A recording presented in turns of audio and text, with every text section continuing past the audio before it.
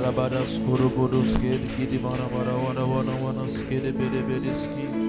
Karabarabadas Kurubuduskur, Kidibarabadaski. Merci Seigneur pour ce moment que tu permets. Merci parce que tu disposes toutes choses pour la gloire de ton nom. Au nom de Jésus. Amen. Gloire à Dieu. Alléluia. On peut s'asseoir dans la présence du Seigneur. Soyons les bienvenus à notre culte de ce soir. Et nous croyons que le Seigneur va nous faire du bien et continuer à nous faire du bien.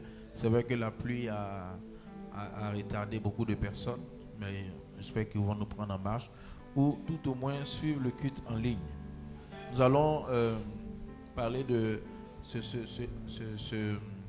soir de différents types de prières. Différents types de prières. Lorsque nous allons dans le livre d'Éphésiens au chapitre 6,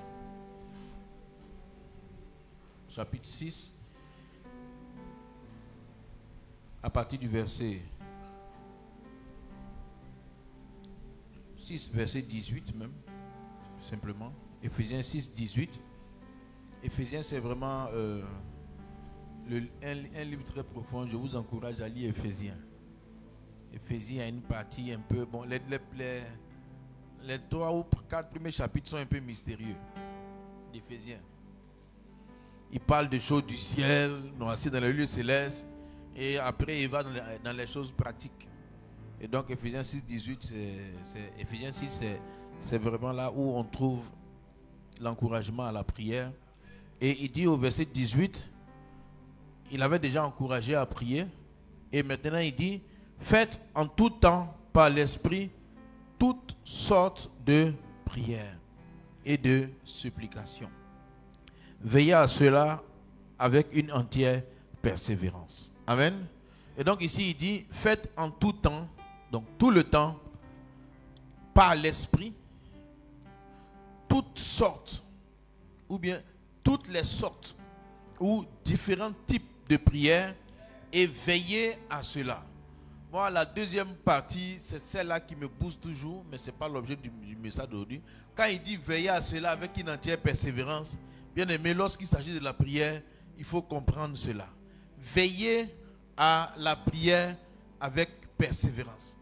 Ça veut dire surveiller sa vie de prière. Ça dit que je prie et j'ai des outils pour surveiller si je prie.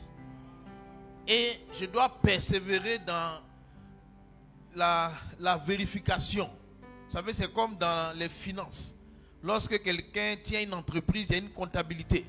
Et il y a le comptable, il y a le contrôleur qui vient vérifier. Mais le comptable ne fait que écrire des échanges qui se sont passés dehors. Et ce qui est passé dehors, il vient écrire. Donc il vient noter quelque chose qui s'est passé à l'extérieur et il note et puis quelqu'un vient contrôler. Ce passage peut dire que lorsqu'on prie, il faut pouvoir noter et il faut pouvoir contrôler. Vous savez, beaucoup de prières n'arrivent pas à monter parce que nous le faisons comme ça. Vous savez, quand on note, on se rend compte en affaires si la société va bien ou pas bien. On se rend compte si le chiffre d'affaires a monté ou il a baissé. En fonction de tous ces indicatifs, le propriétaire de l'entreprise prend des décisions. Mais si un propriétaire d'entreprise ne regarde pas ces indicatifs, il peut être surpris par la ruine de sa société. Et tu as beaucoup de personnes qui ne savent pas cela, mais les sociétés qui vont loin, on prend un comptable, on prend un contrôleur, souvent on prend des sociétés extérieures pour venir expertiser. Et donc pour la prière, Paul dit la même chose. Veillez à prier. C'est pour ça qu'on avait encouragé, j'encourage toujours, à noter ces temps de prière. Si on ne note pas, on ne peut pas savoir si ça monte, ça descend. Hein? Moi, aujourd'hui, je ne prie pas sans chronomètre. Voilà. Je peux prier sans chronomètre, mais quand je dis la prière a commencé, je dois chronométrer. Voilà. Quand je n'ai pas chronométré, bon, c'est-à-dire qu'il y a des prières que je prie sans chronométrer. Mais puisque mon chronomètre, j'ai un temps que si je n'ai rien fait, c'est ce que je dois faire. Vous comprenez? Donc, quand je mets mon chrono, je connais mon quota. Maintenant, après le quota, il y a des surplus. Ça, ce n'est pas chronométré. Mais l'un ne doit pas remplacer l'autre. Voilà, on n'a pas dit que s'il n'y a pas de chronomètre, il ne faut pas prier. Mais si tu pries au sérieux, il faut noter. Parce que la prière a un côté quantité. Souvent les chrétiens, on prend trop la prière du côté affectif. Quand vous priez, demandez à votre Père qui est dans les cieux, qui sait de quoi vous avez besoin. Donc c'est le côté papa. Donc on se dit quand c'est papa, il n'y a pas de comptabilité, il n'y a pas de rituel, on est naturel. Oui. Mais la prière de notre Père, où on prie le Père, n'est pas la seule prière. C'est pour ça qu'on dit que toutes sortes de prières. Il y a un côté où il dit, quand il dit veillez à prier là, ce n'est pas une question d'aimer, c'est une instruction. Veillez, c'est EZ, c'est l'impératif présent. Veille, veillons, veillez. Lorsqu'on dit veiller, on ne donne pas le choix, on attend l'exécution. Donc ce n'est plus une question de papa-enfant, c'est un ordre. La prière a un côté affectif, un côté militaire. Et dans l'histoire de combat spirituel, c'est le côté militaire qui fonctionne. Parce qu'ici, il parle des esprits. Bon. Je dis ça, il faut passer côté papa, Dieu est mon papa, c'est mon papa, tout ça. Quand il dit veiller là, c'est-à-dire quand il dit c'est mon papa, les gens mettent le côté affectif dans leur relation avec Dieu. Ils veulent sentir Dieu, ils veulent sentir sa présence, ils veulent mettre sa tête sur la poitrine de Dieu, tout ça. Il n'y a pas de souci. Mais dans une affaire d'ordre, ce n'est pas une affaire de mettre ta tête sur ta poitrine, c'est une affaire de prier. Tu sens où tu pries. Tu ne sens pas où tu pries. Tu as sommeil où tu pries. Tu n'as pas sommeil où tu pries. Il dit veiller. C'est-à-dire, il n'y a pas un côté. Parce que c'est les gens qui prennent le côté affectif, vont dire j'ai envie de prier, mais je ne sens pas. Je n'ai pas le feeling. Oui. Ça, c'est un côté. Mais le côté, il dit veiller là. Il n'a pas parlé de feeling. Il dit il faut suivre, il faut comptabiliser. Donc, il n'y a pas une question d'émotion. Il y a une question de comprendre ce que c'est. Mais ne t'en fais pas, hein. Quand tu vas prier avec la comptabilité, tu vas ressentir Dieu en tant que Père. Ne t'en fais pas. Parce que celui qui pratique la présence de Dieu arrive à ressentir la présence de Dieu. Celui qui prie, la Bible dit qu'il s'approche de Dieu. Souvent même les gens qui disent Dieu est leur papa et puis ils ne prient pas là, ils ont une idée erronée de Dieu en tant que Père. Ouais, ils ont une idée souvent qui n'est pas tellement vraie. Ils ont une façon de voir Dieu. Mais en fait, ils ne le connaissent pas. Souvent, ils le voient comme les papas qui étaient là-bas, bien comme le papa qu'ils ont voulu, ou bien comme eux-mêmes ils considèrent. Chacun a sa façon de voir Dieu. Mais Dieu ne peut pas venir, Dieu ne descend pas pour dire celui-là, il ne dit pas la vérité. C'est pour ça que chacun va avec pour lui. Mais celui qui s'approche vraiment, il découvre ça. Parce que de toute façon, le sentiment de paternité, d'appartenance, ce n'est pas quelque chose qui se décrète même. Quand un enfant vit avec ses parents, il sait que ce sont ses parents. Il n'a pas été enseignant. On lui a pas dit aujourd'hui, à partir d'aujourd'hui, c'est ton papa. Il faut savoir que c'est ta maman. Non. À un moment, il s'élève, papa, maman, parce qu'ils sont toujours ensemble. Donc, on n'enseigne pas cette affaire de paternité. C'est quelque chose qui se va dans la pratique. Bon. Donc, ce qui est sûr, pour conclure, si tu pries, tu vas sentir. Voilà. Maintenant, ce n'est pas ça le truc. Mais il dit, veillez avec une entière persévérance. Depuis que j'ai compris ça, je ne plaisante plus avec. Et il dit encore, faites en tout temps par l'esprit. En quoi? Tout temps. Tout temps. Donc, tout le temps. Tout le temps. Maintenant, au milieu encore, il dit par l'esprit. Ça veut dire que même si on le fait tout le temps, même si on le fait avec persévérance, il faut être sensible au Saint-Esprit. Voilà, parce que c'est un ensemble. Il ne faut pas prendre un pour laisser l'autre. C'est comme la sauce graine. Une sauce graine, ce n'est pas que la graine. Une sauce graine authentique n'est pas que la graine. N'est-ce pas? Quand on dit une bonne sauce graine, tu as la graine bien sûr. Mais tu as quoi? Tu disais la sauce graine préfère le poisson frais ou le poisson fumé? Fumé. Tu comprends? Donc si tu fais une sauce graine que tu mets le poisson frais, il y a quelque chose qui ne va pas. C'est la graine, mais il y a quelque chose qui ne passe pas dans ta graine. Il faut un poisson fumé. Quoi? Broché. Voilà, et puis il est arrondi. Tu vois, quand tu fais ta sauce graine authentique, on dit ça, c'est comme le tchèp des Sénégalais là. Tout riz gras n'est pas tchèp. Non. Ouais, pour bien comprendre. Tu sais, chacun fait son riz, il appelle ça tchèp. Laisse le Sénégalais va dire si c'est ça ou c'est pas ça. Parce que souvent tu as mis la tomate, c'est devenu un peu rose là, tu appelles ça tchèp. c'est pas tchèp. C'est pas la couleur qui fait tchèp. C'est vrai que tu as mis la tomate, tu as mis le riz, tu as mis les éléments, mais c'est façon. N'est-ce pas? Pourquoi je dis ça? Pour dire qu'il faut plusieurs ingrédients pour que la prière marche. Il ne faut pas prendre un et puis dire comme tu as ça, tu as tout. Il dit faites en tout temps, c'est un élément. Par l'esprit, c'est un élément. N'est-ce pas? Tout type, c'est un élément. C'est l'ensemble de tout ça qui fait que ce soit exaucé. Parce qu'il y a des gens qui prennent un seul. Il y en a qui veillent en tout temps, mais ils ne sont pas par l'esprit. Ils sont dans la chair. Il va dire il a beaucoup prié. Mais le Saint-Esprit n'était pas avec toi. Il ne t'a pas conduit. Tu étais charnel. Tu comprends? Donc, il ne faut pas prendre un côté pour laisser l'autre. C'est un ensemble de choses. C'est un ensemble de choses. Tout le temps, veiller par l'esprit. Et il dit maintenant toutes sortes.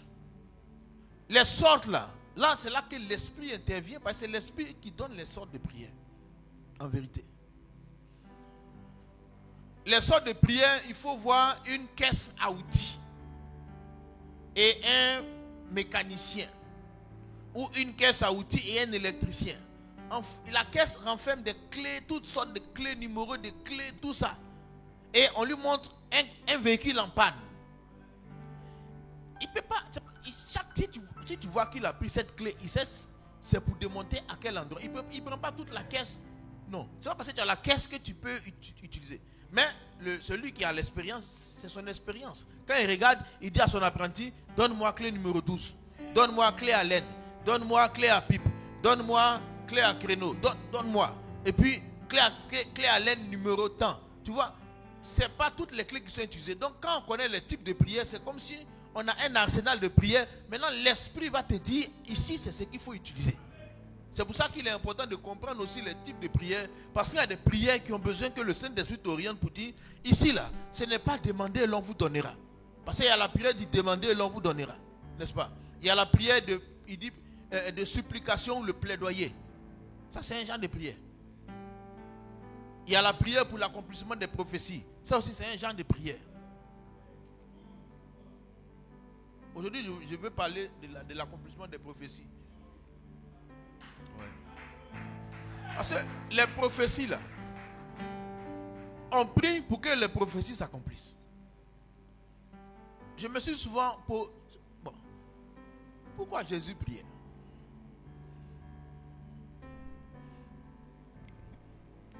Pose-toi la question. Selon toi, est-ce que Jésus priait beaucoup? Maintenant, pourquoi il priait tant?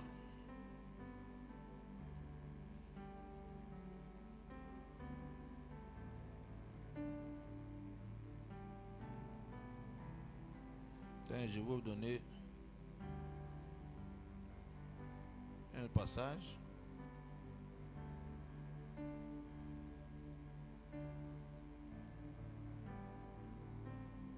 Dans Hébreux chapitre 5, à partir du verset 6, il parle de Jésus étant sur la terre. Et il dit, comme il est dit encore, tu es sacrificateur pour toujours selon l'ordre de Melchisédek. C'est lui qui, dans les jours de sa chair, il parle de Jésus. C'est lui qui, quand il était dans la chair, ayant présenté avec des grands cris et avec larmes, des prières et des supplications à celui qui pouvait le sauver de la mort, ayant été exaucé à cause de sa piété. Je veux qu'on s'arrête là. Ici, il dit Jésus a présenté devant Dieu avec des cris, avec des larmes, des prières, de supplications à celui qui pouvait le sauver de la mort. Donc, il parle de... Quand il parle de sauver de la mort, ce n'est pas qu'il ne meurt pas, mais ça parle de la résurrection. Il était écrit qu'il meurt 3 jours après, il ressuscite. Mais selon ce passage, pour que sa résurrection ait lieu, il fallait qu'il prie pour ressusciter. Tu vois? Donc, il a prié pour que... Et puis, il a été exaucé. Donc, quand il était exaucé maintenant, il était prêt pour dire, je vais à la croix. Il sait qu'il est exaucé, il va ressusciter. Bien que ça ait été écrit. Bien aimé, ce n'est pas tout ce qui est écrit qui va s'accomplir s'il n'y a pas de gens qui comprennent qu'il faut prier pour l'accomplissement des prophéties. C'est Jésus, dans tout ça, depuis 800 ans, tout ce qui a été prophétisé, il s'est mis à genoux, à Gethsémane ou ailleurs, ayant présenté la prophétie, afin qu'elle s'accomplisse. Et vous savez, quand vous lisez ça de Gethsémane, quand il s'est levé, il dit allons-y, c'est accompli, c'est fini. Allons-y. Ça veut dire que là, il sait qu'il était exaucé, mais il est venu prier pour quelque chose. Il est venu prier pour ce que Dieu a dit, ce que Dieu a écrit.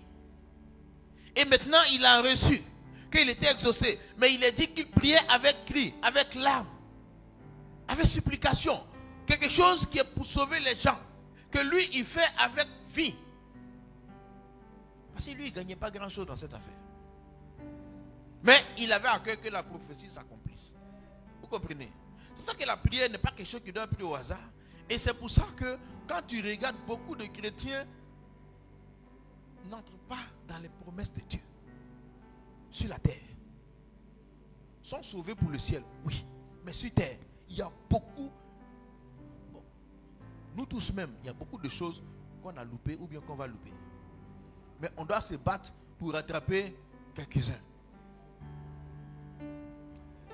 Parce que de toute façon, si là, il y a la prière pour l'accomplissement des prophéties, c'est un peu comme la prière du notre Père qui est pour l'accomplissement de la volonté de Dieu. Parce qu'il dit que notre Père qui est aux cieux, que ton rêve vienne, que ta volonté soit faite, sur la terre comme au ciel. Donc la prière, c'est pour l'accomplissement de la volonté de Dieu. Quand vous priez, priez pour que la volonté de Dieu s'accomplisse. Ce que Dieu a dit qu'il va faire, on prie pour que ça s'accomplisse. On ne dort pas. Maintenant, il y a des types de prières. Il y a des situations que quelqu'un peut vivre. Et il sait que cette situation ne doit pas demeurer dans sa vie. Qu'est-ce qu'il doit aller faire? Il peut venir demander à Dieu, mais souvent quand il demande à Dieu, il n'y a pas de force, il n'y a pas de fondement. S'il n'y a pas de fondement, il est obligé par l'esprit d'aller chercher une prophétie qui cadre avec son cas. Et il va plaider avec cette prophétie-là. Il va prier avec cette prophétie pour qu'elle s'accomplisse dans sa vie. Il n'y a pas longtemps, j'avais déclaré, il dit dans Exode 24, 25, qu'il n'y aura ni femme stérile, ni femme qui avorte. Dieu. Tu vois? Dans ça là, vous allez voir bientôt, il y en a qui vont accoucher. Oui, parce que on est venu réclamer ce qu'il a dit. Il dit que dans son peuple, il n'y aura ni femme stérile, ni femme qui avorte. Maintenant, on va voir que dans la pratique, il y a des femmes qui n'arrivent pas à enfanter, qui sont stériles. Mais on doit prier pour l'accomplissement de cette prophétie. Chacun doit dire, Seigneur, c'est ainsi que quand tu viens prier avec la prophétie, tu présentes la parole. Tu présentes la prophétie et tu l'appliques à toi et tu plaides. Jésus sait qu'il va ressusciter, mais il va plaider jusqu'à ce qu'il sente. Mais ce qui est choquant dans l'affaire, c'est qu'on dit avec des larmes. Combien d'entre nous pleurent dans la prière ici même? Alléluia. Oui, on dit Jésus a pleuré pour ressusciter. As-tu pleuré pour une prière? Parce que tellement on est léger dans la prière, pleurer. Tu pleures pourquoi? Tu es faible, hein? Tu es sentimental, hein? Ça t'a trop touché comme ça, puis tu pleures. Tu vois, donc, beaucoup, ça dit que quand on dit que Jésus pleurait, tu vois, il est entré dedans. Il voulait vraiment. Il a supplié. Il a saisi. Il est entré dans son âme. Tout son corps est entré. Ça dit qu'il est entré. Tu sais, il y a des choses, tellement tu veux que ça s'accomplisse, tu entres dedans. Souvent, ceux qui voient ça facilement, c'est les parents et les enfants. Quand les enfants deviennent un peu turbulents, tu vois, le parent il ressent. Donc Jésus doit sauver l'humanité. Parce qu'il ne meurt pas, il ne ressuscite pas pour lui-même, il est déjà au ciel. Mais quand il meurt et ressuscite, c'est toi et moi que nous sommes sauvés. Il est désolé de nous voir perdus. Il ne veut pas qu'on aille en enfer. Il ne veut pas que j'aille en enfer. Il ne veut pas que tu ailles en enfer. Il ne veut pas que personne aille en enfer. Donc il va prier pour que nous on n'aille pas en enfer. Mais pour qu'on n'aille pas en enfer, il faut que lui meure et ressuscite. Or le diable voulait le bloquer dans le séjour des morts. Donc il faut qu'il prie pour qu'il soit exaucé pour ressortir. Parce que de toute façon, rentrer là-bas puis ressortir, ce n'est pas évident. Mais quand il était exaucé, il est rentré, il est sorti.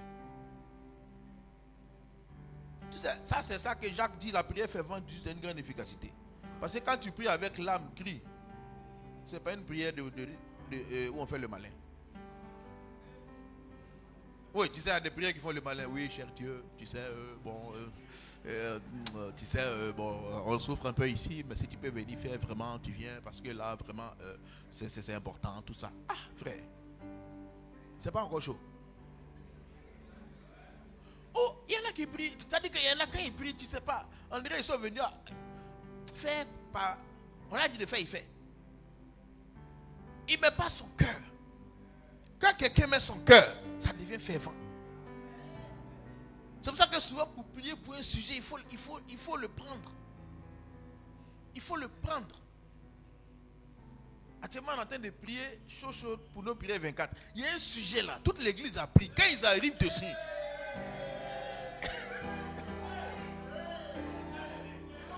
je ne dis pas le sujet ici, mais c'est qu'ils prient. Quand ils arrivent là-bas, et puis ils se souviennent de tout ce que la ville a dit. Ils se souviennent de comment il y a eu ceci. Quand il arrive de cela, tu sens que le cœur est dedans. En ce moment, les gars ne chuchotent plus. Hein? Ah, il a pu. Ah, il a pu maintenant, tu vois. C'est-à-dire qu'il est entré comme pour Jésus des cris. C'est normal. Et pour beaucoup de sujets, il faut que tu les prennes à cœur. Il ne faut pas prier.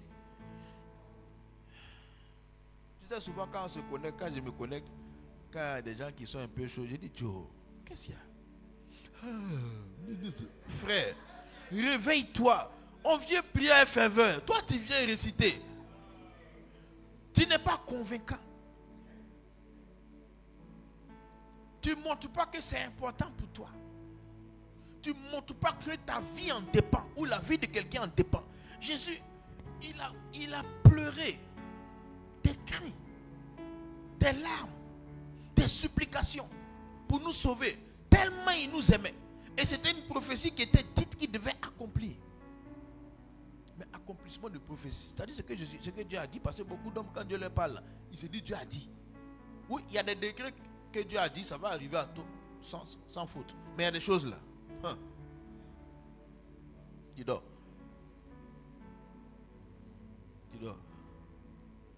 Tu sais, la prière a quelque chose aussi que j'ai découvert. La prière fervente, il faut être courageux. Tu sais, le courage, ça c'est un truc humain, c'est pas spirituel. Quelqu'un qui est paresseux ne peut pas prier ferveur. La prière a quelque chose de courage. Hein? Tu n'es pas courageux, tu ne peux pas prier. La prière demande du courage. Parce que quand on finit d'enseigner, c'est intéressant. Quand tu commences, tu vois que ce n'est pas évident. Tout l'enfer se lit contre toi pour t'éteindre. Toutes les forces maléfiques qui viennent te distraire. Si tu n'es pas courageux, décidé, tu ne peux pas. Mais la plupart des courageux arrivent à dégager et à se frayer un chemin. Mais la plupart des gens qui ne sont pas courageux ne voient pas les prophéties s'accomplir dans leur vie. Je parle de courage spirituel, bien sûr. Parce que tu as des gens qui sont courageux pour faire leur affaire. Mais quand il s'agit de prier, ils n'ont pas de force. Mais quand l'argent est en jeu, oulala. En ce moment-là, même s'il doit dormir 3 heures pour aller encaisser un chèque de 7 millions, même s'il va veiller même pour le chèque, il a le courage. On est fatigué, il dit ça peut aller. Je suis fatigué, mais ça peut aller. Mais si on dit prier, on a fait toute la journée. On est un peu fatigué. Dieu, tu peux me comprendre, non? On s'est couché à 4 heures. On a lutté. Comprends-nous. Dieu te comprend. Mais la prophétie ne te comprend pas. Non, la prophétie te comprend. La prophétie, il faut demander. Et quand vous priez, dites Père, que ton règne vienne, que ta volonté. C'est-à-dire, j'ai compris que toute la volonté de Dieu s'acquiert par la prière. Parce que Jésus ne priait pas pour demander pardon pour ses péchés. Jésus n'a pas commis de péché. Jésus ne partait pas se repentir parce qu'il a péché. Donc il priait pourquoi? Parce que si la terre, c'est comment ça fonctionne. C'est vrai que nous, dans la composante de convoitises, de tentations, de mauvaises pensées, donc on prie pour ça. Mais Jésus n'avait pas ça. Il n'avait pas de femme ni d'enfant pour dire qu'il va... Il n'avait pas tout ça. Mais il priait beaucoup. Parce que c'est un principe qui est sur la terre. Celui qui ne comprend pas ça, sa vie sera bizarre. Adam et Ève ne priaient pas. Mais quand Adam et Ève ont péché, là, la prière est rentrée en jeu. Non, sinon, eux ne priaient pas. Non, eux ne priaient pas. Eux-mêmes, ils avaient la pensée de Dieu comme ça. C'est-à-dire que quand ils sont là, et puis eux, Dieu. C'est-à-dire que quand Dieu pense Adam, c'est. Quand Adam pense Dieu, c'est. C'était comme ça. Il était un autre niveau. Mais après la chute, là, il s'est descendu comme ça. Il ne sait plus qui est Dieu, qu'est-ce que Dieu fait. Quand Jésus est rentré dans ce corps déchu d'Adam, il ne sait plus la fin du monde, c'est quand. Il ne sait pas grand-chose. On dit la fin du monde, c'est quand il dit c'est le Père qui sait. Quand il était en haut, il savait. Mais quand il est dans le corps, il ne sait plus. Parce que le corps là est bizarre. Le corps ne peut plus réfléchir à ce niveau-là. Donc c'est limité que par révélation. Donc, il y a des réalités qui sont ici. C'est pas nous on a inventé la vie spirituelle. On entre dedans et puis on se fond dans le moule. On se fond dans le moule. Priez pour l'accomplissement des prophéties. Et donc on prend une prophétie et puis on prie. On prend une parole et puis on prie. Lorsque Jésus est allé être arrêté, que Pierre a pris l'épée, tout ça, il dit ne fallait-il pas qu'il s'accomplisse qu'il a été dit, il a été mis au rang des malfaiteurs. Jésus allait monter sur un anneau, il est venu accomplir une vieille prophétie de Zacharie, selon ce qui est écrit. Jésus est venu accomplir les prophéties. Et l'accomplissement des prophéties était précédé de sa vie de prière. Bien aimé, il y a assez de prophéties sur ta vie. Il y a assez de prophéties sur ta vie. Il y a assez de prophéties sur ta vie, sur la vie de ta famille. Paul a dit aux centeniers romains, crois en Jésus, tu seras sauvé, toi et ta famille. Ça, c'est une prophétie aussi. Il y a une prophétie. Crois en Jésus, tu seras sauvé, toi et ta famille. Ça veut dire que celui qui croit peut réclamer le salut de sa famille. Il s'est dit qu'ils seront sauvés. Donc si toi tu es sauvé, que ta famille n'est pas sauvée, tu as le pouvoir de demander le salut, parce qu'il dit quoi, tu seras sauvé, toi et ta famille. C'est parler sous l'inspiration. C'est ainsi que des parents peuvent réclamer la conversion de leur enfant. Et ça va marcher plus vite que la conversion d'un inconnu. C'est une prophétie. C'est une prophétie. Donc, on prend pour aller prier. Quand moi je voulais prier en langue, j'allais à la prophétie où, lorsque le Saint-Esprit descendait à la Pentecôte, Pierre a dit, ce don est pour vous, pour vos enfants, et tous ceux qui sont aussi loin, en aussi grand nombre que le Seigneur les appellera. Il dit, ce don-là, c'est pour vous, pour vos enfants, et pour un grand nombre. Tout ce que Dieu va appeler. Donc, moi, je ne suis pas un enfant des Juifs. Je n'étais pas là-bas. Mais la partie dit, on est aussi grand nombre là. Moi, je suis dedans. Donc, je viens dire à Dieu que le grand nombre là, je suis dedans. Comme je suis dedans là, donne-moi. Voilà. Si tu veux, on va lire. Même, parce que quand tu pries pour demain prier en langue là, tu te bats sur quoi? Ce n'est pas une affaire de pardon. Baptise-moi en langue. Aie pitié, non. Ça, ce n'est pas une affaire d'aie pitié.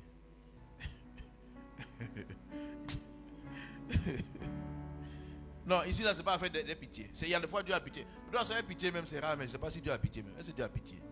Il a compassion.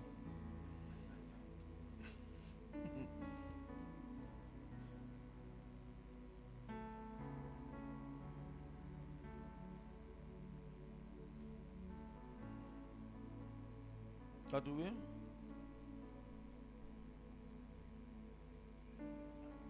Acte 2, 39. Voilà. Donc, 38, Pierre leur dit, repentez-vous, que chacun vous a baptisé au nom de Jésus-Christ pour le pardon de vos péchés et vous recevez le don du Saint-Esprit. Car la promesse est pour vous. Donc, c'était pour ceux qui écoutaient. Pour vos enfants, leurs enfants. Et pour tous ceux qui sont au loin. Donc, c'est au loin là que nous, on est dedans. Et il n'a pas limité, il dit en aussi grand nombre que le Seigneur, notre Dieu, les appellera. Donc, selon cette parole, moi je viens demander. Je suis dedans. Donc, je viens réclamer ma part. Quand tu pries comme ça, le ciel est obligé d'agir. Parce que Dieu dit, il veille sur sa parole pour l'accomplir. Quand tu trouves, tu pries, tu répètes ça. Seigneur, tu as dit que c'est pour ceux qui sont au loin. Moi, je suis à San Pedro, je ne suis pas en Israël, je suis au loin. Donc, je fais partie du groupe. Donc, la promesse doit entrer dans ma vie aussi. Donc, je viens réclamer ma promesse. Je viens réclamer ma promesse. Maintenant, je suis fervent, je suis persévérant. Et la prière fervente, persévérante du juste s'accomplit. Il ne s'agit pas de venir, parce qu'il y a des fois, quand il y a la promesse, les gens peuvent venir avec désinvolture. Tu sais, même quand tu dis à quelqu'un, tu vas le payer, il n'a qu'à venir encaisser avec humilité. Tu n'as pas venir crier, tu me dois, tu me dois. Ah oui. Mais ici, c'est un droit. Mais le droit se demande avec ferveur, avec humilité. Mais il faut demander. Maintenant, c'est là que peut-être beaucoup sont frustrés. Ils vont dire, mais si Dieu a dit, pourquoi on n'a qu'à demander? Pourquoi il veut qu'on insiste comme ça? Voilà. Est-ce que Dieu même n'exagère pas? Est-ce que ce n'est pas un tyran qui donne du pain et de l'eau à ses enfants? Il n'a qu'à donner. Dormons et puis il va donner. Dors. Jésus même n'a pas dormi. Toi, tu es qui? Voilà. Ça dit, nous, on ne sait pas pourquoi Jésus n'a pas dormi. Au ciel, on va savoir. Mais on regarde, l'homme le plus parfait de la terre n'a pas dormi pour que ça s'accomplisse. Alors que lui, c'est les grands prophètes qu'on dit. Et puis c'est dans son nom clair. Les Ésaïe, les Jérémie, ils ont prophétisé sur lui. Nous, là, on s'accroche aux prophéties. Nous, on n'est pas dedans même. On s'est accroché dedans comme ça. On est venu s'accrocher comme Akbani. Ça dit, quand on dit un aussi grand homme là, ton nom n'est pas dedans. Mais on vient plaider. Mais Jésus, il a écrit en son nom. Mais même ce qui est écrit en son nom là, lui, il prie. Maintenant, nous, on vient négocier pour rentrer. Et puis on veut dormir, frère. C'est pas la même chose, hein. Il y avait 12 personnes au dîner. Toi, tu es venu prendre 11e, 13e. Tu négocies. Il faut négocier. On fait te donner une place, mais il faut négocier. Mais le négociant même se prend comme le principal. L'ayant droit. Tu vois, donc ça fait qu'il y a beaucoup de choses qui sont en suspens. Il y a beaucoup de choses qui sont en suspens. Ça fait une vie chrétienne en demi-teinte. Une vie chrétienne qui a commencé avec la joie. Et après le temps, c'est morose. Beaucoup de chrétiens, leur vie chrétienne est fade. Elle est morose. Ils sont encore là parce qu'ils ont peur d'aller en enfer. C'est tout. Mais sinon, ils ne gagnent plus grand chose. Il se souvient de l'enfer et puis il vient à l'église. Quand il veut pécher, il pense à l'enfer. Ça dit que lui, son seul truc, c'est l'enfer. Si jamais par miracle, Dieu vient dire que l'enfer est fermé.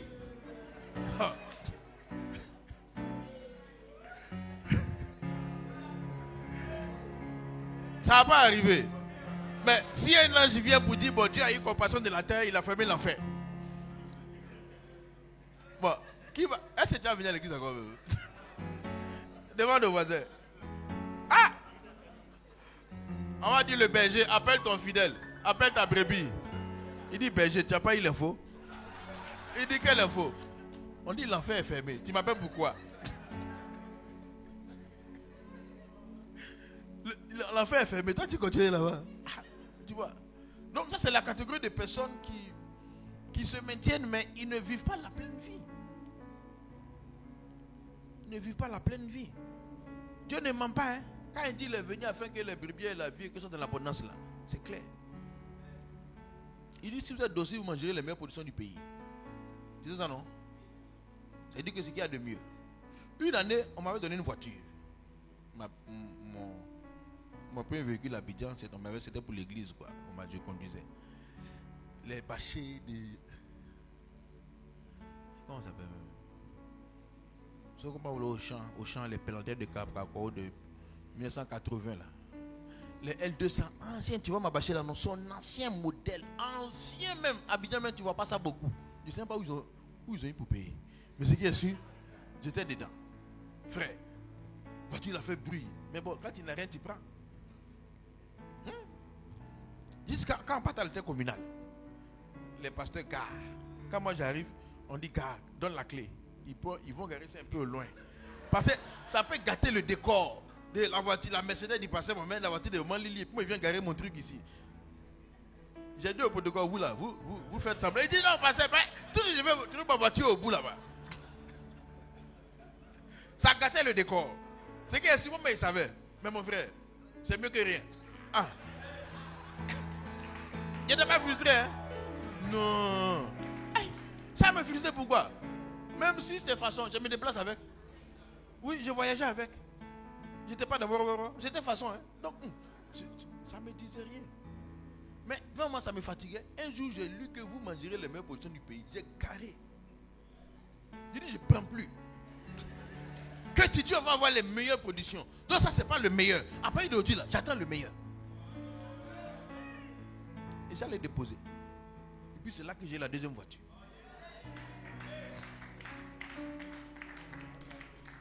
Il n'y a pas d'aller garer ton vélo, ni ta moto.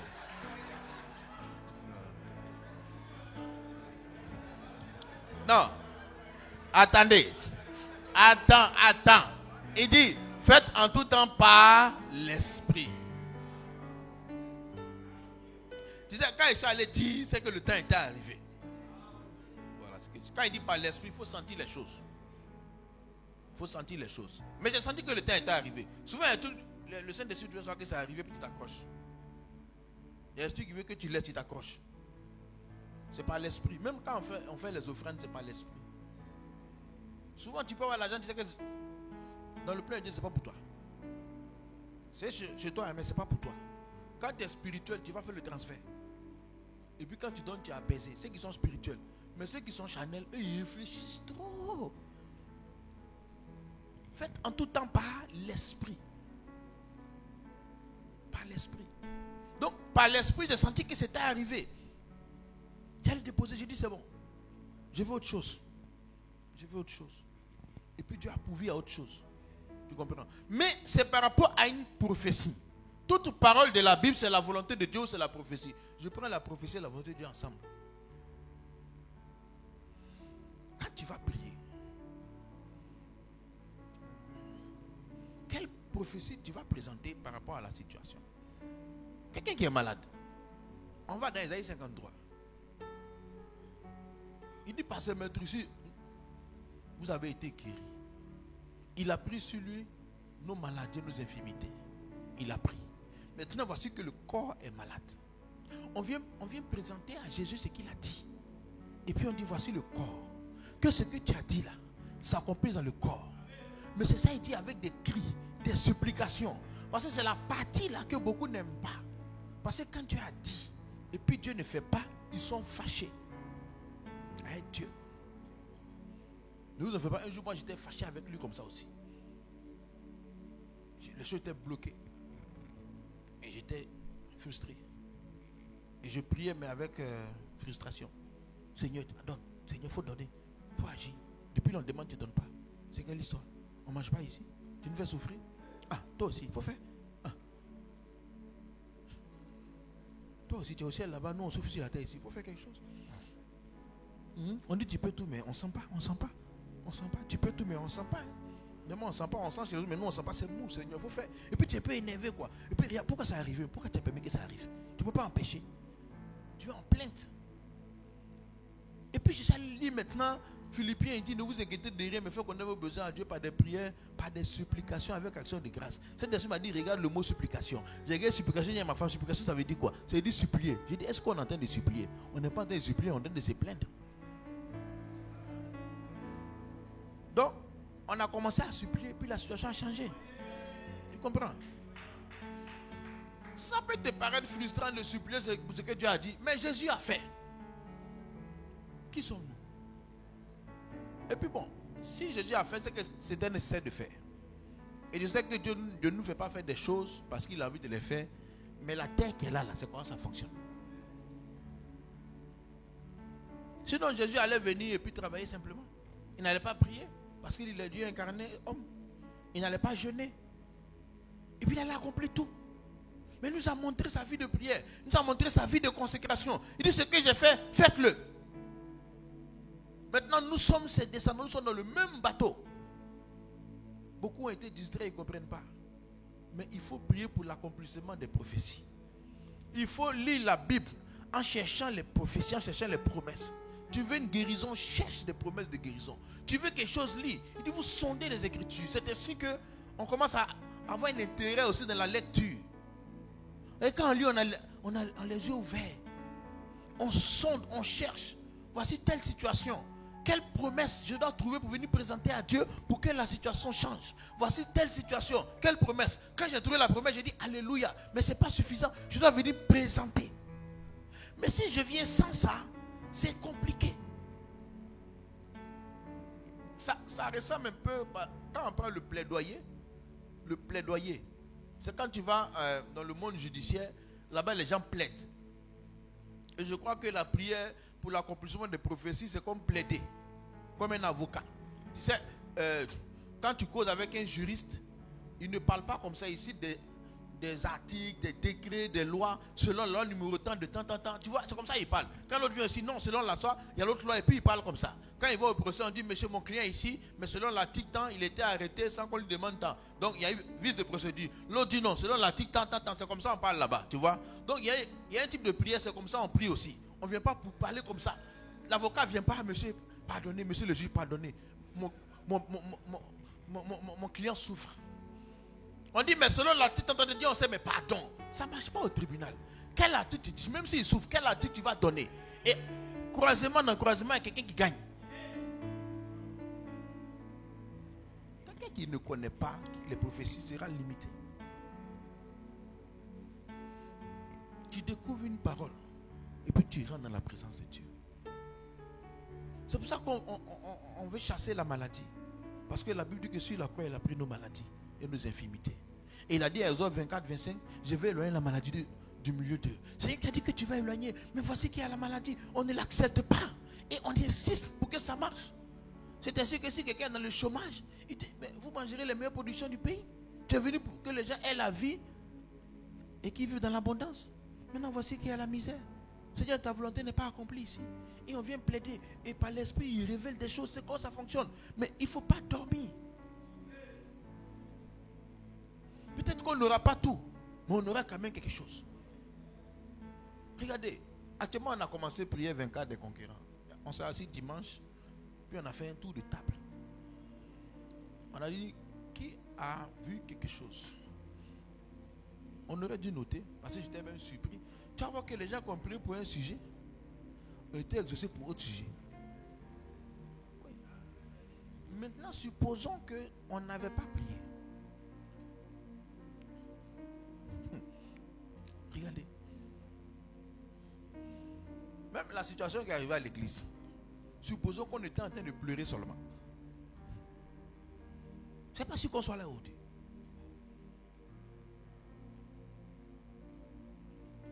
Alléluia. Je vais vous donner une prophétie. Tu vois, dans Ésaïe chapitre 2, il y a une prophétie comme ça sur la croissance de l'église. Ésaïe chapitre 2, verset 1 à 3. C'est une prophétie sur laquelle on s'appuie pour demander à Dieu de faire grandir son église.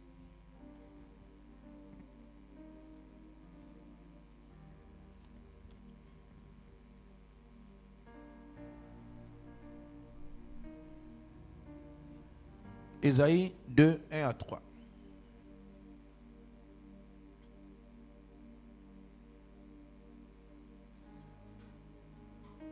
Prophétie d'Ésaïe, fils d'Amoth, sur Juda et Jérusalem.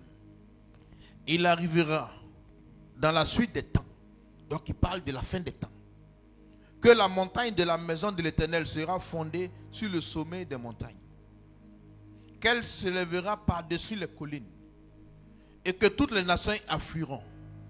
Des peuples s'y rendront en foule et diront, venez, montons à la montagne de l'Éternel, à la maison du Dieu de Jacob, afin qu'il nous enseigne ses voies et que nous marchions dans ses sentiers. Car de Sion sortira la loi et de Jérusalem la parole de l'Éternel. Ça, c'est une prophétie qui parle de quoi? Il dit, allons à la maison du Dieu de Jacob, donc allons à la maison de Dieu. Il dit que dans la fin des temps, il y a des églises qui vont s'élever au-dessus des autres églises. Et que les gens vont affluer. Et les gens vont se rendre en foule dans les quartiers, ils vont se persuader pour dire, tu es assis ici, tu dors. Allons à la montagne de l'Éternel pour entendre sa parole. Il dit, afin qu'il nous enseigne ses voies. Ça va arriver où les gens vont comprendre que c'est ici, dans l'église, qu'on entend la parole de Dieu. Ils vont se dire, allons, pour qu'il nous enseigne ses voies, pour que nous marchions dans ces sentiers. C'est une prophétie. Et il y a des églises qui ont saisi ça, qui ont prié. Et les gens affluent. Mais si l'église dort, ça peut ne pas marcher. Il dit la maison, la montagne de ténèbres sera fondée sur le sommet des montagnes. C'est ça, c'est le genre de passage, il faut méditer, puis il faut décortiquer pour faire sortir les sujets de prière. C'est que normalement vendredi, je suis sur la plateforme Zoom, on va. Je serai en prière, on va prier pour ça. De minuit à 3 heures. On va prier ce passage-là.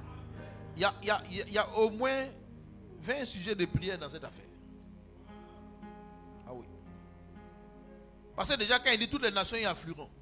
Quand il parle de nations, il parle d'ethnos. Ethnos, c'est un groupe de personnes qui ont les mêmes intérêts. Ça parle du monde scolaire, ça parle de la musique, ça parle des sports, ça parle des loisirs. Quand il dit toutes les nations, ça veut dire qu'à un temps, on va gagner les gens en groupe. Tu comprends? Donc, ça veut dire qu'il faut prier. Il y a des prières qu'on va prier pour certains milieux. On va prier pour le monde médical, on va prier pour l'armée. Il dit, les nations vont venir en groupe. Il va avoir la révélation là-bas. C'est ce qu'il a dit. Donc, on descend. On descend, va se lever au-dessus des collines, va être au-dessus de tout. Quand Daniel était chez Nebuchadnezzar, il était le chef de tous les sorciers. Ça veut dire qu'il était ministre de l'Intérieur, si tu veux voir. Mais là-bas, ministre de l'Intérieur, on avait réuni tout le monde, les communs, les sorciers, les bouddhistes. Tout le monde était dans le ministère de l'Intérieur du temps de Daniel. Maintenant, dans tout, parce que Daniel adore Dieu, mais on sait pas. Pour eux, Dieu, il y a beaucoup de dieux. Ils n'ont pas la science pour dire que c'est le Dieu unique pour dire, toi Daniel, tu adores ton Dieu. Mais de toute façon, voici tout le monde, les sorciers, tout le monde, mettez-vous ensemble. Même aujourd'hui, c'est ce que les gens font. On dit les guides religieux.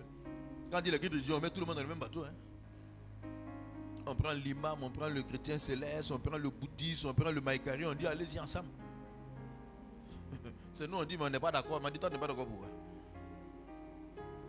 Surtout quand il y a eu la guerre en Côte d'Ivoire en 2011 là. 2002 là, on mettait tout le monde ensemble. Donc c'est ce que Nebuchadnezzar a fait. Mais quand la mentionne, Daniel n'a pas eu de soucis. Mais tellement il était au point, on dit qu'il est leur chef. C'est-à-dire qu'ils font pour eux. Quand lui il prie, c'est au-dessus. Donc il s'est élevé au-dessus d'eux. Et la Bible dit que dans la fin des temps, il y a des gens que Dieu va élever au-dessus des gens.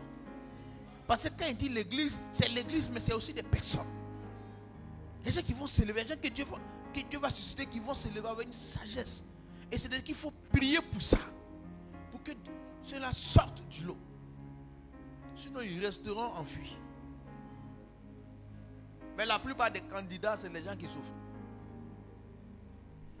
Oui, la plupart des gens que Dieu élève, c'est les gens qui ont les problèmes. La plupart. C'est rare que Dieu veuille élever un homme qui n'a pas de problème. C'est rare. Au fouiller, Paul là, lui, c'était un meurtrier. Lui, il tuait. Lui, il ne s'amusait pas. C'était un intégriste. Si tu vois Paul, ça devait être comme un gars de Boko Haram. Oui, dans son groupe, Boko Haram là, et il tue tout ce qui est occidental. Paul, lui, c'était les juifs. C'était un intégriste. Oui, non, pas Al-Qaïda. Voilà, Paul devait être Al-Qaïda. Un Al-Qaïdien. Maintenant, c'est lui qui est devenu l'apôtre des apôtres. Tu comprends? Ruth, chose. Dans la Bible, il y a trop de modèles. Mais ces gens-là ont de grandes prophéties sur leur vie. Ces gens ont de grandes prophéties sur leur vie. Parce que les grands problèmes que quelqu'un vit, ce n'est pas rien. Satan sait il y a quoi sur toi. Et il vient attaquer. Et ceux qui croisent les bras, malheureusement, vont peut-être aller au ciel, mais ne vont pas entrer dans la manifestation de ce qui a été prévu. Mais le groupe de ceux qui vont comprendre cela et qui vont tenir tête, ils vont traverser et ils vont exceller. Ça demande de comprendre, d'être spirituel, d'être persévérant. Il dit faites en tout temps par l'esprit toutes sortes de prières. Tu sais, il y a des fois, l'ennemi, où est la vie? On se contente de peu. Le peu qu'on a, ça suffit et puis on dort. Dans une zone de confort. Tu n'es pas riche, mais tu n'es pas aussi pauvre. Ça dit te donne à manger pour que tu ne meurs pas de faim, mais il ne te donne pas beaucoup pour que tu puisses bien vivre. Un peu au milieu façon là. C'est un peu même le système des fonctionnaires. Le salaire des fonctionnaires est calculé comme ça. Pour que tu ne meurs pas, mais il ne faut pas devenir riche aussi. Voilà. Oui. Et puis tu as peur d'être envoyé. Même le privé, c'est comme ça. Hein? Il te donne et puis il met la peur en toi. Il y a des gens qui peuvent travailler même 4 millions. Hein? Il va donner 40 000. On dit pourquoi il n'a pas beaucoup. Il dit non. Celui-là, s'il a beaucoup, il va être bizarre. Mais il va se battre pour conserver ces 40 000 là comme si sa vie en dépend. Alors que Dieu a mis en lui des entreprises. Mais la peur le maintient là.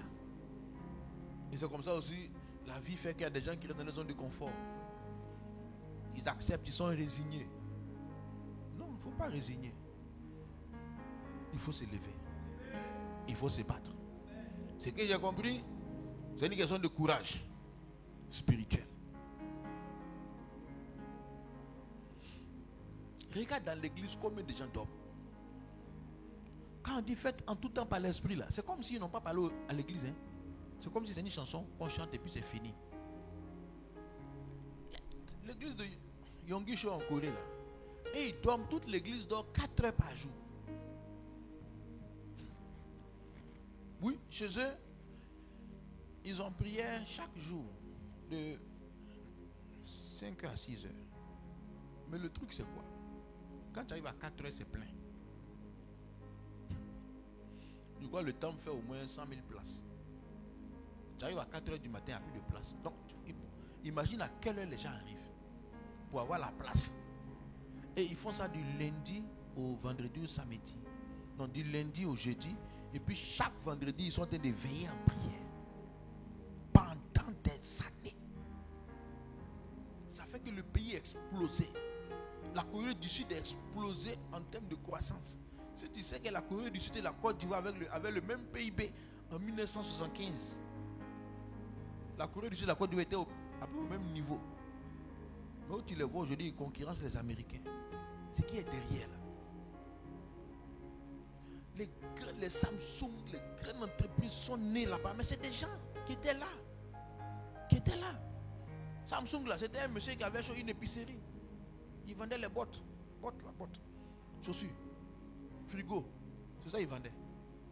Puis il appelait ça Samsung. Mais quand Dieu est descendu là, tu comprends? Ça dit, j'imagine, lui, pendant des années, chaque vendredi, il venait prier. Chaque vendredi, il venait seul. Il avait une tente, il venait seul, lui seul, chaque vendredi, après, un fidèle est venu se joindre à lui. Chaque vendredi, ensuite ils sont venus, puis ils ont commencé à faire. Il dit, la pauvreté était telle que c'était difficile de manger même quand il commençait. Mais vers la fin, tu ne peux pas avoir une progression significative sans que tu n'aies frayé le chemin pour l'accomplissement des prophéties. Parce qu'il a dit que l'église doit s'élever au-dessus. Ce n'est pas normal qu'une église soit en bas. Quand on dit l'église, ce n'est pas le bâtiment. C'est les personnes qui sont à l'intérieur qui font l'église.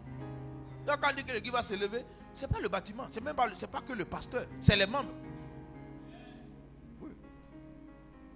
Parce que souvent on peut penser au bâtiment. Ce n'est pas faux. Mais un bâtiment sans personne consacrée à l'intérieur, je ne sais pas comment tu vois. Un bâtiment peut être rempli de gens qui ne sont pas pieux. Mais quand il y a des gens enflammés, que l'esprit est réveillé. Parce que tu sais, plus tu pries là, actuellement on a commencé à prier, tu vas voir que les frères sont devenus plus intelligents. Excusez-moi. Quand il dit intelligent, je ne dis pas intelligence spirituelle. Hein. Oui, tu sais, l'intelligence spirituelle fait plus de palabitio, il ne s'énerve plus. Tu vois, non, ce n'est pas l'intelligence de 1 plus 2, 1 plus 1 égale 2. Il sait les choses. Il y a un conflit là et puis il dit rien. C'est une sagesse spirituelle en fait. Tu vois, il y a des gens qui s'émeuvent pour quelque chose et puis il est calme. Il a une sagesse. Plus tu pries, plus tu vas devenir calme comme ça. Tu vas penser que tu es devenu bizarre. Non, c'est une sagesse de Dieu qui est en toi. Jésus était calme. Il savait les choses. Et plus les gens deviennent calmes. C'est pas que rien n'a changé. Mais c'est la sagesse qui commence. Quand quelqu'un ne prie pas assez, c'est la sagesse naturelle là. Il est nerveux. Lui, il doit tout régler cash.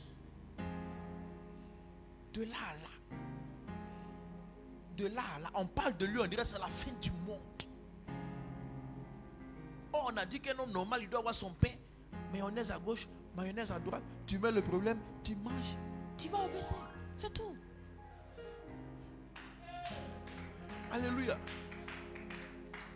Quand ils sont venus faire le faux coup ici, ils ont dit tellement de choses. J'ai mangé tellement de pain. J'ai mangé le pain. On ne fait rien avec. On ne fait rien. On voit ailleurs. On voit ailleurs. Et beaucoup même ont compris que si l'ennemi s'est acharné, c'est qu'il y a quelque chose de bon ici. Il y en a qui ont compris ça. Vous dites, dans tout San Pedro là, pourquoi ces signes sont venus? Ils ont vu quoi qui doit arriver et puis ils sont venus essayer de nous chasser. Mais il y en a, à part de ça, ils ont commencé à venir à l'église. Il y en a qui vont partir, toi tu t'en vas. Tu ne comprends pas le signe. On veut te faire quitter le lieu où tu seras béni. Tu ne sais pas pourquoi, mais de toute façon, il s'est déployé là. C'est que ce qui est là, c'est quelque chose. Moi-même, je me demande qu'est-ce qui arrive. Mais j'attends ça. J'attends ça. J'attends. Ça dit que j'attends. Peut-être qu'il y a des gens ici qui vont changer la terre. Et puis le diable veut les faire quitter l'église. Comme il ne peut pas me faire rétrograder, il veut créer un truc bizarre pour que toi tu sois découragé. Mais que tu partes loin. Et quand tu es parti loin, la prophétie ne va pas s'accomplir. Mais quand tu vas rester là connecté, ça va s'accomplir. Tu vas voir. Non, ce qui arrive est sérieux. Hein? Les sociétés comme les Samsung, les grandes boîtes là, on aura son équivalent à partir de San Pedro ici.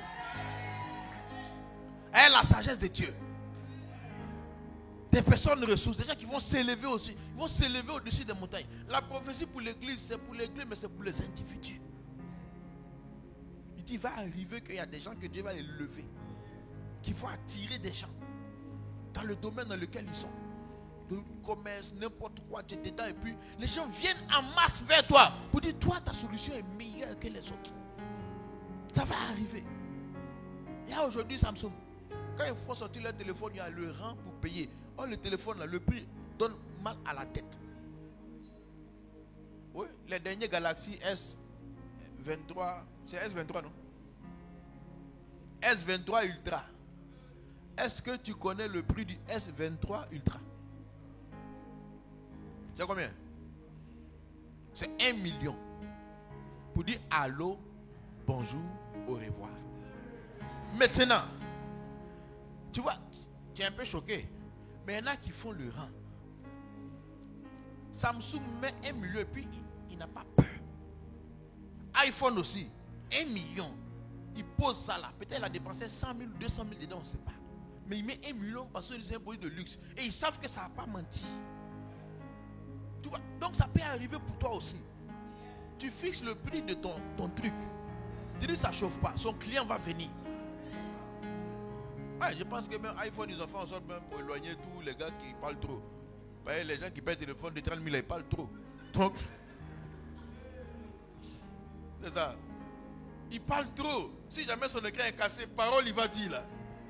Oh, c'est lui qui a payé 1 million là. Moi-même, il comprend le commerçant. Il dit c'est cassé, il dit on va changer. Ok, il n'y a pas de problème. Donc, moi, 2 semaines attendant. Mais 30 000. Hein? Monsieur, il y a un niveau là. On ne veut même pas qu'ils arrivent là-bas. Allez discuter les gens du marché. Il a dépensé 27 000 pour son téléphone. Yeah. On dirait que c'est une garantie pour 5 ans. 4 ans après le téléphone, on vient te voir. Le téléphone que tu m'as vendu à 4 ans là. Il dit quelque chose. On dit, ah monsieur. Il dit, merci, c'est ici, j'ai payé. J'ai manipulé, mais toi-même. 27 000. Mais les gens qui n'ont pas l'argent, c'est quoi? C'est compliqué. Donc ça va, Dieu va t'amener des gens qui ne sont pas compliqués. Qui ne parlent pas trop.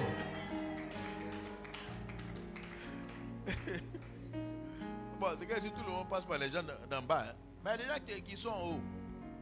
Il y a des marques de télé, il y a des marques de shows, ils sont en haut. Il y a une marque de télé, on appelle BNO là. Oui, BNO. Ça même d'abord, on ne trouve même pas ça même. Et ils ne veulent pas que tu trouves. Il n'y a pas son magasin comme ça. La télé fait autour de 4 millions. Le moins cher. Mais avant de payer, ils vont venir mesurer ta maison. Pour savoir comment placer. Oui. Si ça fait 4 à 7 millions, c'est les mêmes télé. Hein? Mais non. Voilà. Oh, toi, tu as été lutter 1,32 pouces à 80 000. Tu n'as qu'à diminuer tout ça là.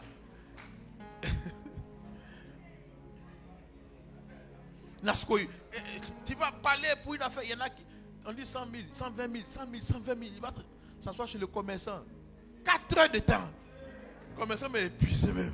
Il dit, monsieur, va, c'est bon. Maintenant, on dit 4 millions. Et puis, il ne veut pas qu'on voit ça chez un autre. Donc ils vont arranger ça pour lui. Il y a des voitures, on fait sortir, quand c'est 100 exemplaires pour toute la terre, il est d'accord. Et puis il vient payer. Il y a des voitures, on fait sortir 100 modèles, c'est tout. Bon, il ne faut pas être choqué, mais ceux-là, ils ne sont pas trop. Hein. Ils vendent 2 voitures, son année est gagnée. Tu n'as pas besoin de trop transpirer pour manger. Hein. Non, ce n'est pas une affaire de travailler chaque jour, quand même. Tu dois vivre. Tu travailles, tu ne manges pas, pourquoi? Travaille 2 semaines, repose-toi. Bon, repose-toi, vis 2 semaines, va te promener, va évangéliser, va faire le de Dieu. Oui, ça doit arriver. Les propriétaires de société là, tu penses qu'ils travaillent beaucoup. Et ils contrôlent. Ils sont assis chez eux, ils contrôlent. Ils ont leur yacht, ils se promènent dessus. Ils fixent l'objectif à l'aide DG, PDG, machin. Tu vas pas en te renvoyer, toi tu as peur, tu travailles. Lui il se promène, il sirote son thé sur son bateau. Il va aux Maldives, il mange caviar, il se promène, il arrive. Qui a dit que toi tu peux arriver là? Parce que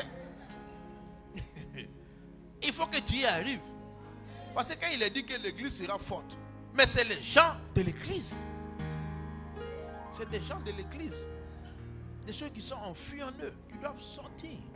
Mais ça commence par appeler ça. Se battre pour l'accomplissement. Se battre pour l'accomplissement. Paul dit, Epaphras combat pour vous dans ses prières. Il combat. Il appelle la prière un combat. Si tu dors, arrête de dormir.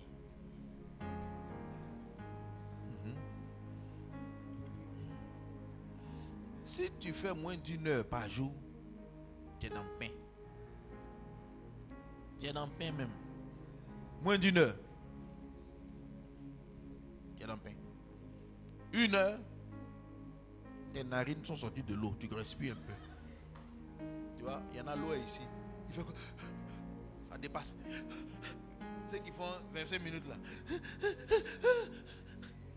Quand il vient dimanche, il prend un peu. Dans ses mains, il a asphyxié. Mais toi, tu ne sais pas que tu as asphyxié. Quand tu sors, de toute façon, les femmes, tu regardes leur forme là, c'est asphyxié. Tu as asphyxié. La chair, ta chair est trop. Tu regardes les pantalons, les trucs, oh, de penser à Dieu. Tu penses à des choses bizarres. Ou bien tu t'en critiqué, fait béret, tu as asphyxié. Tu n'as pas. Ta bouche est dans tout. Tu n'es pas spirituel, tu as asphyxié. Les gens spirituels voient loin. Toi, c'est qui a dit quoi, qui a fait ceci, ils ont fait cela. Tant que tu n'as pas fait ça un jour, tu n'es pas à l'aise. Toi, tu ne vois pas qu'il y a quelque chose qui ne va pas. Tant que tu n'as pas trouvé quelqu'un de qui t'a parlé, tu n'es pas à l'aise. Ceux qui sont au tu as asphyxié. Maintenant, en dessous d'une heure, là, ils sont en bas, donc ils se prennent. Maintenant, ceux qui font 1 heure, leur narine est arrivée ici. De temps en temps, un béret de passage, et puis non, je ne fais plus ça. Tu vois, non? Ils commencent à sortir. Et puis maintenant, quand ceux qui montent là, ils sont en haut. Quand il dit, hey, pas chez moi. C'était avant. Maintenant, plus maintenant. Moi, j'ai une destinée. Je ne vais pas m'occuper de quelqu'un. Chacun a sa vie. S'il s'en sort, il s'en sort. S'il ne s'en sort pas, il ne s'en sort pas. Mais c'est pour moi qui m'intéresse. Tu me parles de quelqu'un, je vais faire quoi avec ça? Je ne suis pas son Dieu. Je ne l'ai pas créé. Je ne peux pas le juger. Si toi, tu veux le juger, juge-le. Mais laisse-moi me battre. Et quand tu avances, les gens qui veulent se battre se croisent. Oui. Là, c'est 2 heures maintenant, c'est arrivé ici. Là, ça ne rentre pas trop, quoi. Maintenant, il y a ceux qui montent maintenant. Les flots bougent. Mais d'ici, ils traversent les eaux, ça ne va pas te dépasser. Il y en a qui sont au-dessus. Maintenant, ils commencent à voir devant. Ils commencent à percevoir la vie. Ils commencent à percevoir l'avenir. Ils commencent à percevoir sa destinée. Ils commencent à voir des bribes. Ils commencent à comprendre les choses. Mais quand tu es submergé, ta vie, c'est la lutte. Il y en a qui se lèvent le matin, comme ils ne vont pas critiquer, c'est leur seul combat. Mais ça, ce n'est pas un combat. Bon, pas moi, je veux dire qu'il y a des gens qui se lèvent le matin, leur tu sais de ne pas pécher. Mais la vie n'est pas de ne pas pécher. La vie, c'est d'accomplir. Tu dois créer des entreprises, toi, tu as lutter le péché. Ah, comment tu as fini? On y va créer une société comme Samsung. Toi, tu te bats un péché.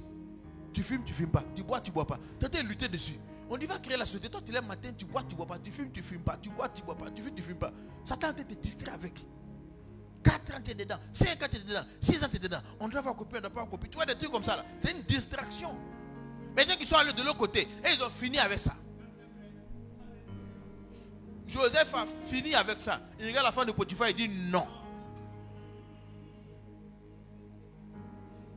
Non, hein? Il a dit non à la femme. Hein? Et il était décidé parce que Joseph avait quel âge? 25 ans. 25 ans là. Les hormones d'un homme sont au point. Hein? Oui. La testostérone, l'hormone du désir sexuel là. 18 ans là, ça atteint un niveau, mais ça dépasse. Pourquoi les jeunes là sont un peu zinzin? Si, ils sont un peu fous parce que c'est trop dans leur corps. Mais quand tu vers 50 ans là, ça diminue. Nous comme ça, heureusement, ça va dans 50 ans maintenant, ça diminue, on n'a plus de problème. On vous plaint les jeunes, que Dieu vous aide. Mais Joseph dans sa jeunesse, avec tout hormone là, il a refusé. Ah. La femme l'a coincé au couloir, à l'angle, comme ça. À l'angle. Elle a coincé à l'angle, il n'y a pas à gauche, il n'y a pas à droite. Elle a mis le parfum. Elle a mis les faux cils, elle a mis faux ongles. Elle a mis tous ses attirails de combat. Il n'y a pas quelqu'un qui peut résister. Elle a porté un habit semi-transparent. Quand elle a coincé Jo là, elle dit ça là. Même si un cadavre vient, il va se réveiller pour. Mais Jo, parce qu'il était décidé, il a glissé et il s'est échappé. Tu comprends? Il voyait devant. Il ne va pas gaspiller son avenir de temps. Que cela soit ton cas au nom de Jésus. La grande église, c'est toi, c'est moi, c'est chacun de nous. C'est toi, c'est moi, c'est chacun de nous. Ce que Dieu a mis en toi, ça va exploser. Mais entre dans les conditions. Bats-toi pour l'accomplissement des prophéties. Sois courageux. Lève-toi la nuit, lève-toi le jour. Ne dors pas. Si ce que tu as ne t'arrange pas, ne dors pas. Ne pleure pas trop. Lève-toi, bats-toi. La vie n'a pas été bien pour toi. Arrête de pleurer, bats-toi. Ça n'a pas été correct. Arrête de te lamenter, bats-toi. Même si tu meurs, meurs les âmes à la main. Mais ne meurs pas en fuyant. Ne meurs pas en fuyant. Il y a des gens, avant de mourir, ils ont tué beaucoup d'ennemis. C'est ce qui est mieux. Mais tu ne mourras pas toi. Toi, tu vivras. Et tu accompliras la volonté de Dieu pour ta vie. Alléluia, on peut acclamer le Seigneur. Que Dieu nous donne d'être des hommes et des femmes. Donc je vous encourage à rejoindre nos groupes de prière. Amen. Qui participe à la prière? Voilà. Donc, on a une première salle pour ceux qui font 1 heure, 1 heure. On va ouvrir une deuxième salle pour ceux qui, quand tu viens, tu pries 2 heures. Après, j'ai ouvert une troisième salle. Quand tu rentres, c'est 3 heures. Voilà. 1 heure, il faut t'échauffer d'abord. Mais quand tu es habitué, 1 heure, c'est petit. Les vrais intercesseurs, 1 heure, là, c'est là ils ont démarré leur moteur. 20 minutes, ils sont distraits. 30 minutes, ils sont distraits. Quand il va 45 minutes, là, ça fait boum. Et puis on dit c'est fini. Ah. Il est frustré. Il rend le maillot, mais il est frustré. Il veut jouer encore le match. Donc toi, tu passes en deuxième maintenant. Là, tu as 30 minutes d'échauffement. 1h30 de bataille. Maintenant, ceux qui vont dans 3 heures, eux, ils flottent. Tu sais, au moment tu pries et puis l'esprit te parle. Souvent en 1 heure, c'est pas facile. Et au moment tu nages dans l'esprit. Tu sens les choses. Parce que prier, c'est pas juste répéter. C'est connecter au monde spirituel. Et ça demande du temps. Où tu sais ce qui est pour toi. Tu sais quel est ton avenir. Tu sais ce pourquoi tu dois combattre. Tu sais pourquoi tu ne dois pas baisser les bras. Tu le sais. On ne t'a pas dit, mais tu sais. Tu sais que la situation qui t'arrive, tu ne vas pas rester dedans. On ne t'a pas dit, mais tu sais. Il y a des niveaux où tu reçois cela. Que tu arrives là-bas au nom puissant de Jésus. Tu pourrais te lire Daniel. Quand il a su ce qui devait se passer, il est entré en jeûne de prière. Et ça s'est accompli. Il a lu. 70 ans après, ils doivent retourner. Quand il a lu, il est entré en prière. Et puis ça s'est accompli. Il y a des choses qu'il faut comprendre. Que l'Esprit te donne la sagesse. Que l'Esprit nous donne la sagesse pour comprendre ces choses. Vendredi, on va prier avec Ésaïe chapitre 2. Là. Je vais vous expliquer comme ça. Amen. On va dire merci au Seigneur.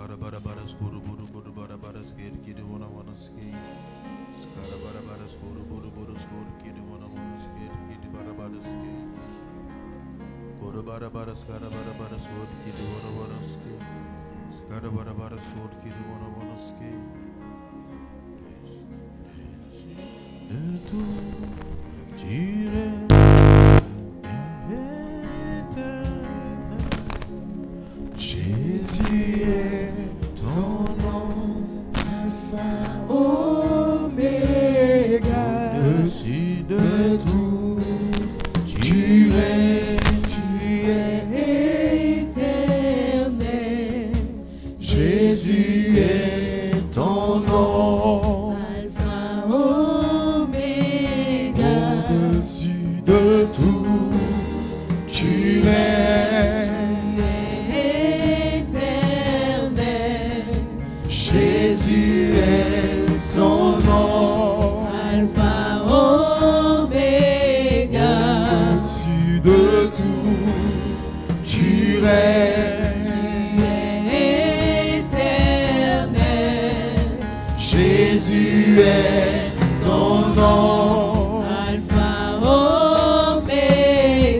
au-dessus de tout, tu es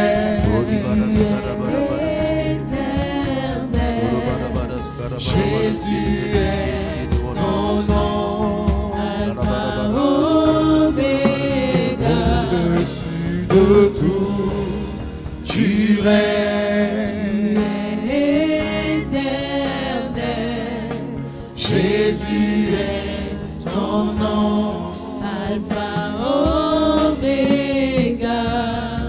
Oui, Seigneur, c'est toi qui nous donnes la force de régner et de pouvoir accomplir la prophétie qui est sur nos vies.